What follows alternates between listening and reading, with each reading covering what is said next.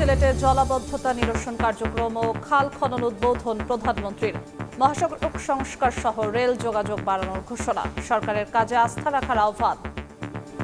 রাস্তার ক্ষেত্রে যোগাযোগ ব্যবস্থা উন্নয়ন করব, কিন্তু রেলটাকে আমরা ডেভেলপ করতে চাই। পানিটাকে যাতে আমরা ব্যবহার করতে পারি, জলাবদ্ধতাও যাতে না হয়, মানুষেরও কষ্ট না হয়।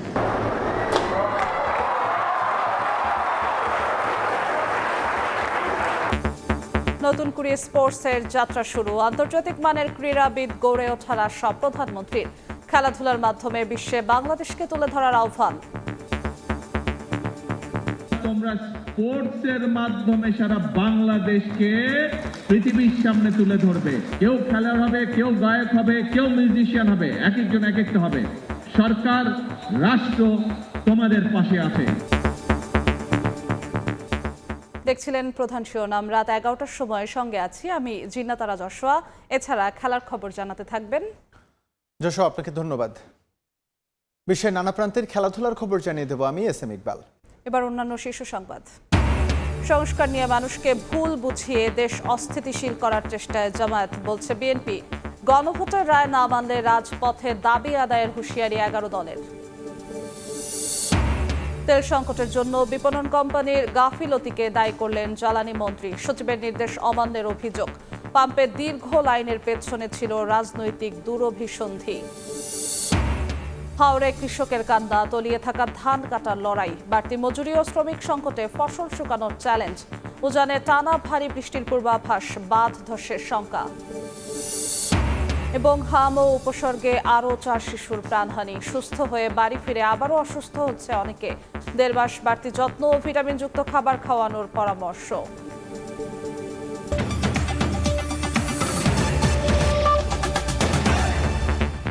সিলেটে জলাবদ্ধতা নিরসন কার্যক্রম ও বাসিয়া খাল খনন উদ্বোধন করলেন প্রধানমন্ত্রী তারেক রহমান। বেহাল মহাসড়ক ঠিক করা সহ রেল যোগাযোগ বাড়ানোর ঘোষণা দেন তিনি। এ সময় সরকারের কাজে আস্থা রাখার আহ্বান জানান সরকার প্রধান। মিজানুর রহমানের ক্যামেরায় আহমেদ সালেহিনের রিপোর্ট। সরকার গঠনের পর প্রথমবারের মতো সিলেটে প্রধানমন্ত্রী। সুরমার মেয়ে স্ত্রী ডাক্তার জুবাইদা রহমানকে সঙ্গে নিয়ে সকালে আকাশপথে পূর্ণভূমি সিলেটে পৌঁছান তারেক রহমান। বৈরী আবহাওয়ার মধ্যেই সেখান থেকে নিজ বাসে রওনা হন শহরের উদ্দেশ্যে।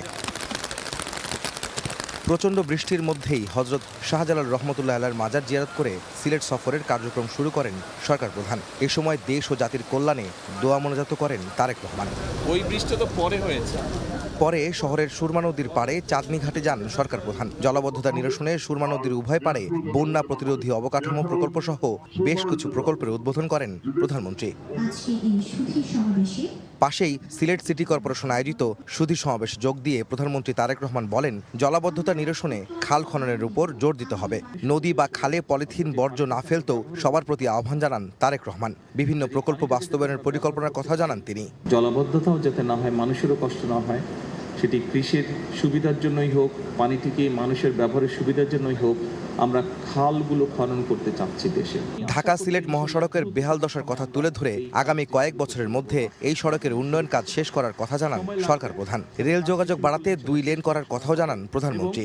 আগামী কয়েক বছরের মধ্যে আমরা এটা ইনশাআল্লাহ শেষ করতে পারবো, এবং তার ফলে যেটা হবে, মানুষের যাতায়াতে, ঢাকা টু সিলেট, সিলেট টু ঢাকা যাতায়াত, বাই রোড যাতায়াতের এত কষ্ট মানুষকে ইনশাআল্লাহ ভোগ করতে হবে না। রাস্তার ক্ষেত্রে যোগাযোগ ব্যবস্থা উন্নয়ন করব, কিন্তু রেলটাকে আমরা ডেভেলপ করতে চাই। এ ব্যাপারে আমরা চেষ্টা করছি ডবল লাইন কিভাবে করা যায়।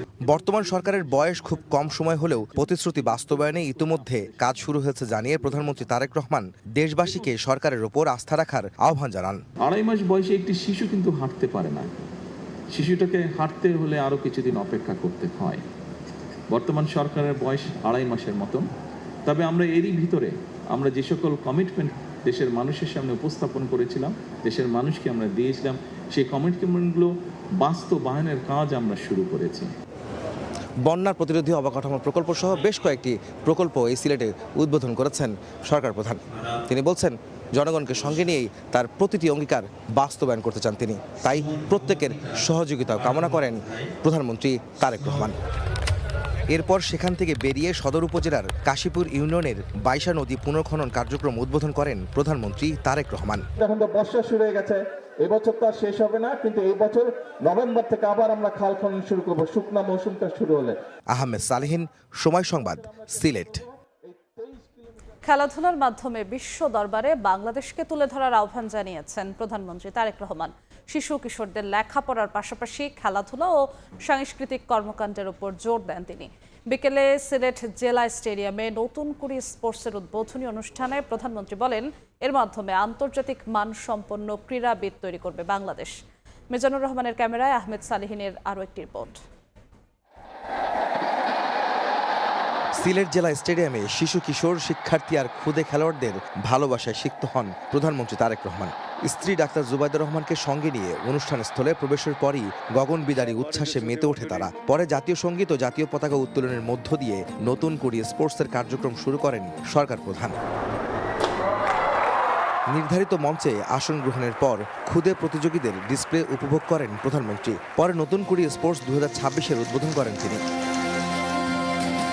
বক্তব্যে নতুন কুড়ি স্পোর্টসের গুরুত্ব তুলে ধরেন প্রধানমন্ত্রী। দেশের সব শিক্ষার্থীদের শিক্ষার পাশাপাশি খেলাধুলার প্রতি গুরুত্ব দিতে আহ্বান জানান সরকার প্রধান। পড়ালেখার পাশাপাশি প্রত্যেককে খেলতে হবে, তোমাকে ঠিক করে নিতে হবে তুমি কি করবে, এবং তুমি যখন নিজেকে ঠিক করে নিতে পারবে, নিজের লক্ষ্যকে স্থির করে নিতে পারবে, তখন তুমি সেই টার্গেট অ্যাচিভ করার জন্য সেই সামনের দিকে তোমাকে এগোতে হবে।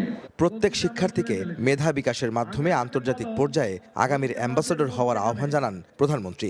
বলেন, আদর্শ মেধাবী মানুষ হিসেবে তাদের গড়ে তুলতে সব ধরনের সহযোগিতা করবে সরকার। সারা বাংলাদেশে আজকে যারা স্টেডিয়ামগুলোতে বসে আছে ছোট বন্ধুরা, ইনশাআল্লাহ তোমরা স্পোর্টসের মাধ্যমে সারা বাংলাদেশকে পৃথিবীর সামনে তুলে ধরবে। খেলার ক্ষেত্রে হোক, পড়ালেখার ক্ষেত্রে হোক, সরকার থেকে আমরা আমাদের দেশের যেই সামর্থ্য আছে, যতটুকু আমাদের ক্যাপাবিলিটি আছে, আমরা আমাদের ছোট বন্ধুদের পাশে আছি।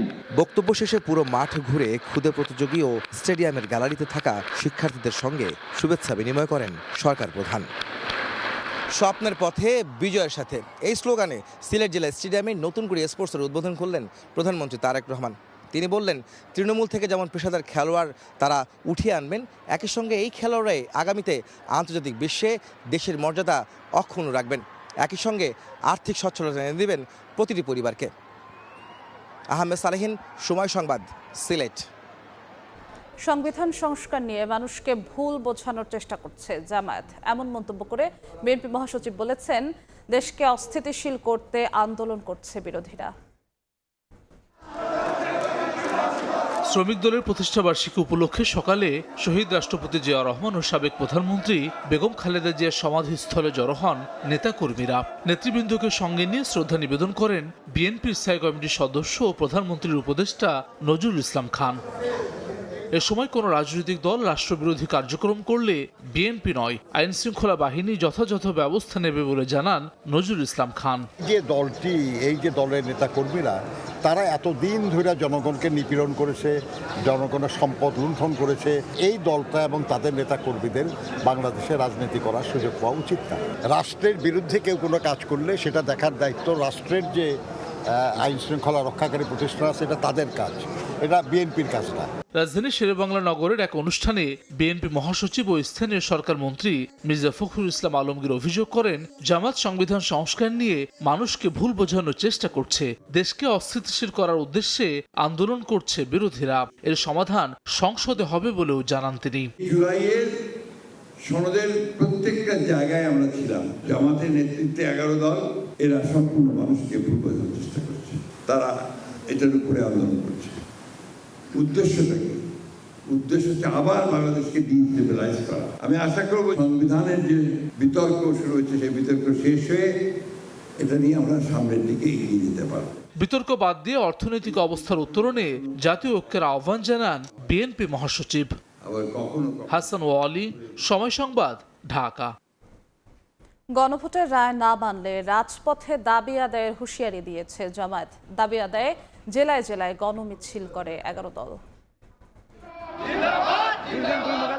জুলাই সনদ ও গণভোটের রায় ইস্যু নিয়ে সরকারি ও বিরোধী দলের উত্তাপ সংসদ ছাপিয়ে গড়িয়েছে রাজপথে। আন্দোলন চালিয়ে যাচ্ছে জামায়াত, এনসিপি সহ 11 দলীয় ঐক্য। শনিবার বিকেলে জেলায় জেলায় গণমিছিল করে জোটটি। এতে তৃণমূলের জামায়াত, এনসিপি সহ 11 দলের নেতাকর্মীরা অংশ নেন। জুলাই সনদ ও গণভোটের রায় কার্যকর না হলে জনগণকে রাজপথে নেমে আসার আহ্বান জানান তারা। খুলনা প্রেস ক্লাবে এক সেমিনারে বক্তব্য রাখেন জামায়াতের সেক্রেটারি জেনারেল মিয়া গোলাম পরোয়ার। অভিযোগ করেন, জনরায় উপেক্ষা করে ফ্যাসিবাদের দিকে ধাবিত হচ্ছে বিএনপি। আমাদের লিডার অফ দি অপোজিশন যে কথা বলেন যে সরকার ধীরে ধীরে এখন ফ্যাসিবাদের দিকে ধাবিত হচ্ছে, এই কথাটা কি আপনাদের বিশ্বাস হয়? এই যদি মানা হয় তাহলে এত রক্ত, এত আন্দোলনের কোনো প্রয়োজন নেই। আর এটা যদি মানা না হয়, আজকের প্রবন্ধকার সংকট বলেছেন সাংবিধানিক সংকট তৈরি হবে। এদিকে দুপুরে এনসিপির কেন্দ্রীয় কার্যালয়ে সংবাদ সম্মেলনে সদস্য সচিব আক্তার হোসেন বলেন, সরকার গণভোটের রায় নিয়ে জনগণের সঙ্গে প্রতারণা করছে। রায় বাস্তবায়ন না হওয়া পর্যন্ত সংসদ ও রাজপথে আন্দোলন চালিয়ে যাবে বিরোধী জোট। যারা বিএনপিকে ভোট দেয় নাই তাদের সঙ্গে প্রতারণা করছে, বিষয়টা এমন নয়। বরং যারা বিএনপিকে ভোট দিয়েছে এবং গণভোটে হ্যাঁ ভোট দিয়েছে তাদের সাথেও বিএনপি প্রতারণা করছে। এই যে নিজের অনুসারীদের সঙ্গে প্রতারণা করা, এইটা কোনো একটা দলের জন্য নৈতিক অবস্থান হতে পারে না। এনসিপির যুগ্ম আহ্বায়ক সরোয়ার তুষার জানান, রোববার রাজধানীতে জাতীয় কনভেনশন করবে এনসিপি। তারিফ রহমান, সময় সংবাদ। জ্বালানি সংকটের পেছনে বিপণন কোম্পানিগুলোর গাফিলতি দায়ী বলে স্বীকার করলেন জ্বালানি মন্ত্রী ইকবাল হাসান মাহমুদ। রাজধানীতে এক সেমিনারে তিনি বলেন, পাম্পে দীর্ঘ সারির পেছনে ছিল রাজনৈতিক উদ্দেশ্য। ফিলিং স্টেশনগুলোতে যানবাহনের দীর্ঘ সারি, ঘন্টার পর ঘন্টা অপেক্ষায় গ্রাহকদের তীব্র ভোগান্তি। জ্বালানি তেলের সংকটে প্রায় 2 মাস ধরে দেখা যায় এমন পরিস্থিতি। তবে দাম আর সরবরাহ বাড়ানোর পর এখন বদলেছে সে চিত্র।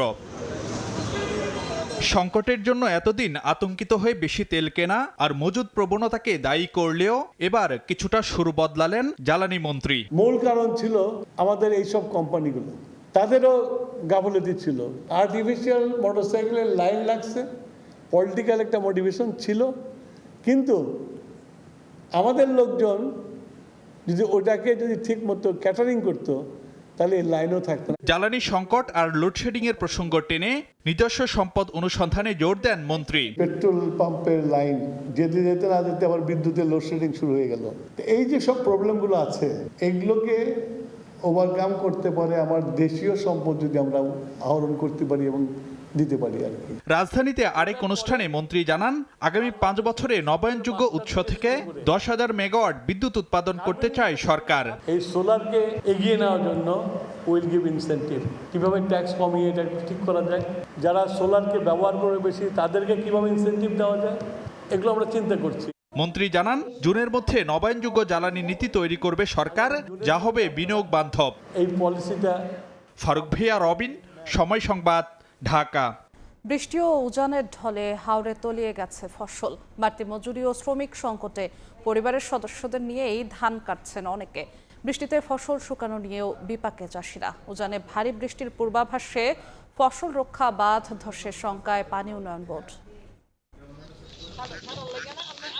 কোথাও হাঁটু পানি, কোথাও বা কোমর সমান বিস্তীর্ণ হাওর অঞ্চলে পানিতে তলিয়ে পাকা ধান। শ্রমিকের মজুরি বাড়ায় নেত্রকোনার সরমুশিয়া হাওরে পরিবারের সদস্যদের সঙ্গে নিয়ে ধান কাটতে জমিতে নামেন কৃষকেরা। অনুমানে তলিয়ে থাকা ধান কাটতে গিয়ে আহত হন অনেকে। এদিকে সুনামগঞ্জে অতিবৃষ্টি ও উজানের ঢলে 16,000 হেক্টর জমির ধান নিম্নচ্ছিত। বৈরী আবহাওয়া আর বজ্রপাতে মৃত্যুর ভয়ে ধান কাটার শ্রমিক পাওয়া দায়। এর মধ্যে আবার ধান কেটে পাড়ে আনলেও নেই রোদ। এতে ধান শুকাতে গিয়ে দুশ্চিন্তায় কৃষক। খানি টানি লই গ্রামের আজ রাত আসে মরতাছে, মরার কোনো সিকিউরিটি নাই। এই যে ধান গেরাবাতি, এই যে ধান নষ্ট হয়ে যাইতাছে, আমরা কি পাবো আর মাজনে কি পাইবো?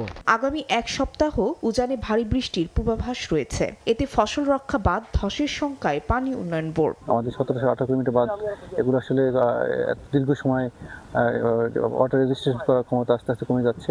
তা এটি আসলে যে কোনো সময় একটা বিভিন্ন জায়গায় ঝুঁকিপূর্ণ অবস্থা তৈরি হতে পারে।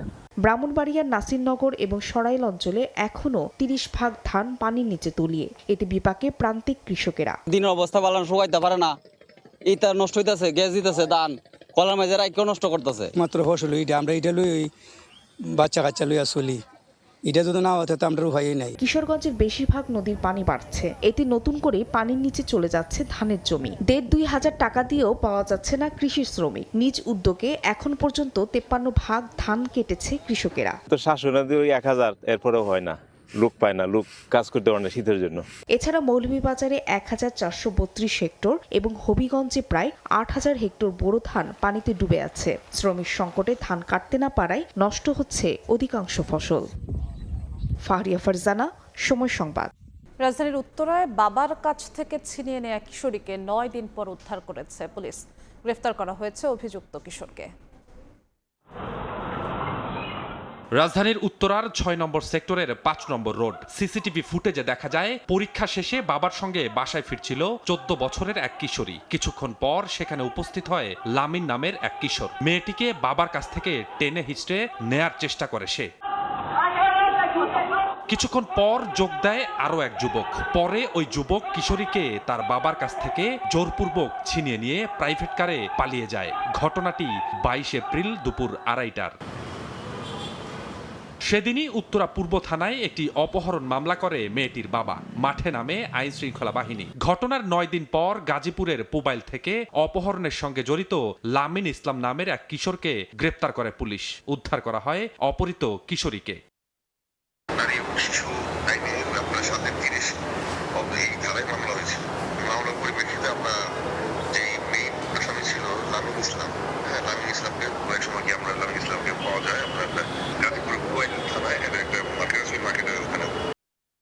পুলিশ জানায় কি কারণে ঘটনা ঘটেছে তা অনুসন্ধান চলছে। জড়িত বাকিদের ধরতে কাজ চলছে বলে জানায় পুলিশ। স্বপন আহমেদ, সময় সংবাদ, ঢাকা। ইরান যুদ্ধের মাঝেও মধ্যপ্রাচ্যে বাড়ছে জনশক্তি রফতানি। বছরের প্রথম ৪ মাসে বৃহত্তর চট্টগ্রাম থেকে গেছেন ৭৪,০০০-এর বেশি কর্মী। বিস্তারিত জানাচ্ছেন কমল দে।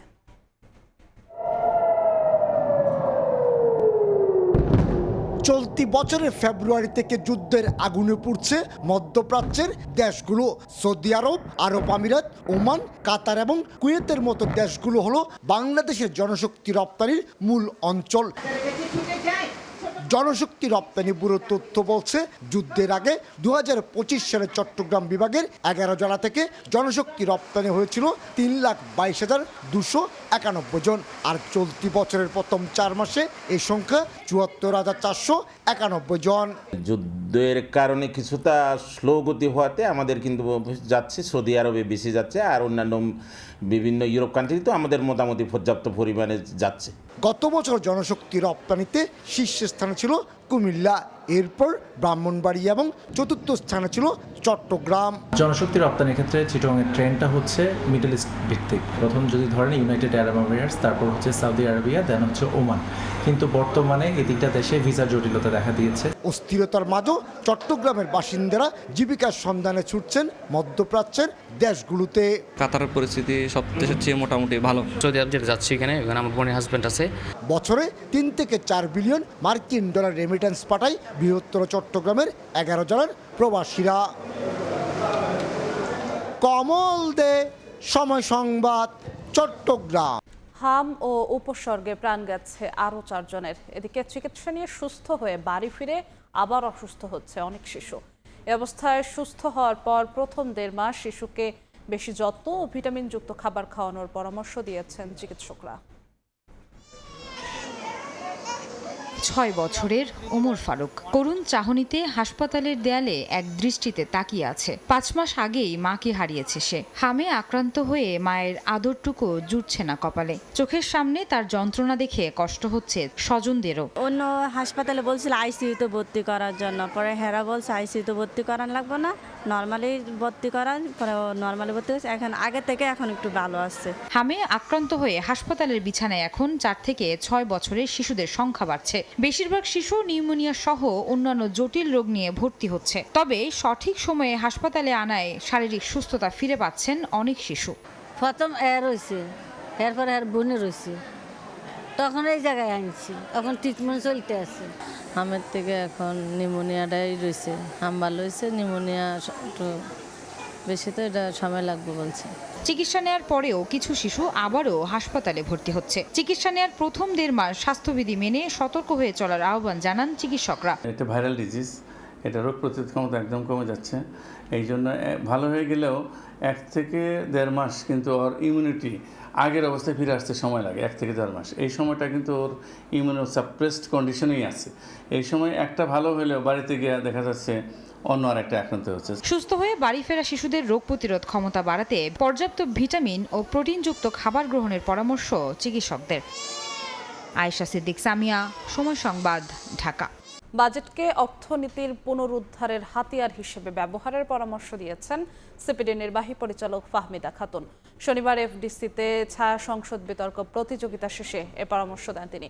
আরও বলেন, অর্থনীতির ভিত্তি শক্তিশালী না হলে মধ্যপ্রাচ্য সংঘাতের মতো বাইরের ধাক্কা মোকাবিলা করা খুবই কঠিন হবে।